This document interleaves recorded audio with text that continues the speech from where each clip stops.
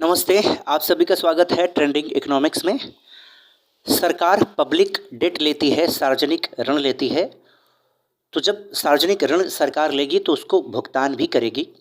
सरकार के पास कई ऑप्शन होते हैं भुगतान करने के, कई सारे तरीके होते हैं भुगतान करने के।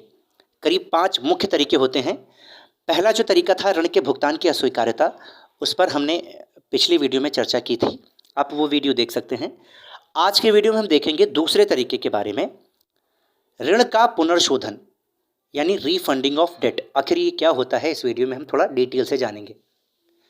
जब किसी ऋण के भुगतान की तिथि पास आ जाती है किंतु सरकार के पास ऋण के भुगतान करने की सुविधा नहीं होती है, अर्थात ऋण भुगतान करने हेतु पर्याप्त मात्रा में सरकार के पास धन नहीं होता है। कई सारे ऐसी सिचुएशन आ जाती है कि ऋण के भुगतान की तिथि तो पास में आ गई है लेकिन सरकार के पास धन पर्याप्त मात्रा में नहीं है, या फिर आप कह सकते हैं ऋण के भुगतान की सुविधा उसके पास नहीं है। तो इस केस में पुराने ऋणों के स्थान पर नए ऋण निर्गमित करके सरकार ऋण के भुगतान को आगे के लिए टाल सकती है।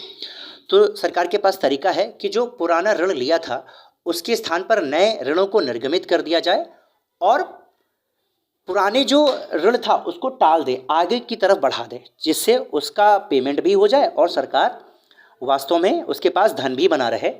ठीक है, तो इसी को हम ऋण का पुनर्शोधन कहते हैं, यानी रीफंडिंग ऑफ पब्लिक डेट कहते हैं। अच्छा टॉपिक है। व्यूलर के अनुसार, व्यूलर इस विषय में कहते हैं, अगर इनका नाम याद रहता है तो अच्छी बात है, नहीं तो कोई बात नहीं, डेफिनेशन केवल लिख सकते हैं। पुनर्शोधन निश्चित रूप से ऋण के भुगतान का स्थगन है। आप जानते हैं स्थगन का मतलब क्या होता है, रुकना या रोक देना। ठीक है, तो ये कहते हैं ऋण जो पुराना लिया था उसके भुगतान को वास्तव में रोक देना ही पुनर्शोधन होता है, क्योंकि पुराना भुगतान तो हुआ ही नहीं, उसके स्थान पर सरकार ने तो नया ऋण ले लिया है। ठीक है, इंग्लिश में देखते हैं, refunding is essentially the postponement of debt repayment.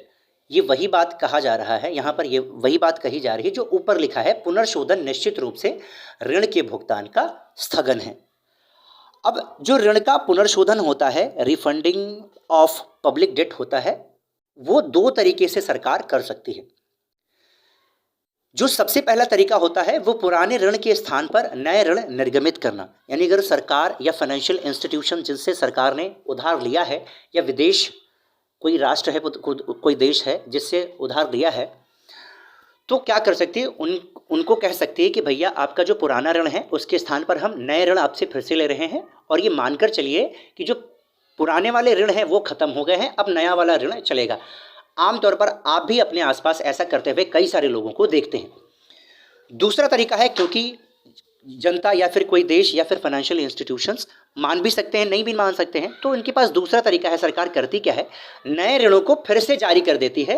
ऋण पत्रों को जारी किया, उससे सरकार के पास धन आ गया, उस धन से क्या किया, पुराने वाले ऋण का भुगतान कर दिया। ठीक है, और नए वाले ऋण फिर से चलने लगे। ठीक है, इससे सरकार की जो गाड़ी होती है वो पटरी पे रहती है, लाइन पे रहती है। तो ये था ऋण का पुनर्शोधन यानी रीफंडिंग ऑफ डेट। मैं आशा करता हूँ आपको ये चीज़ समझ में आई होगी।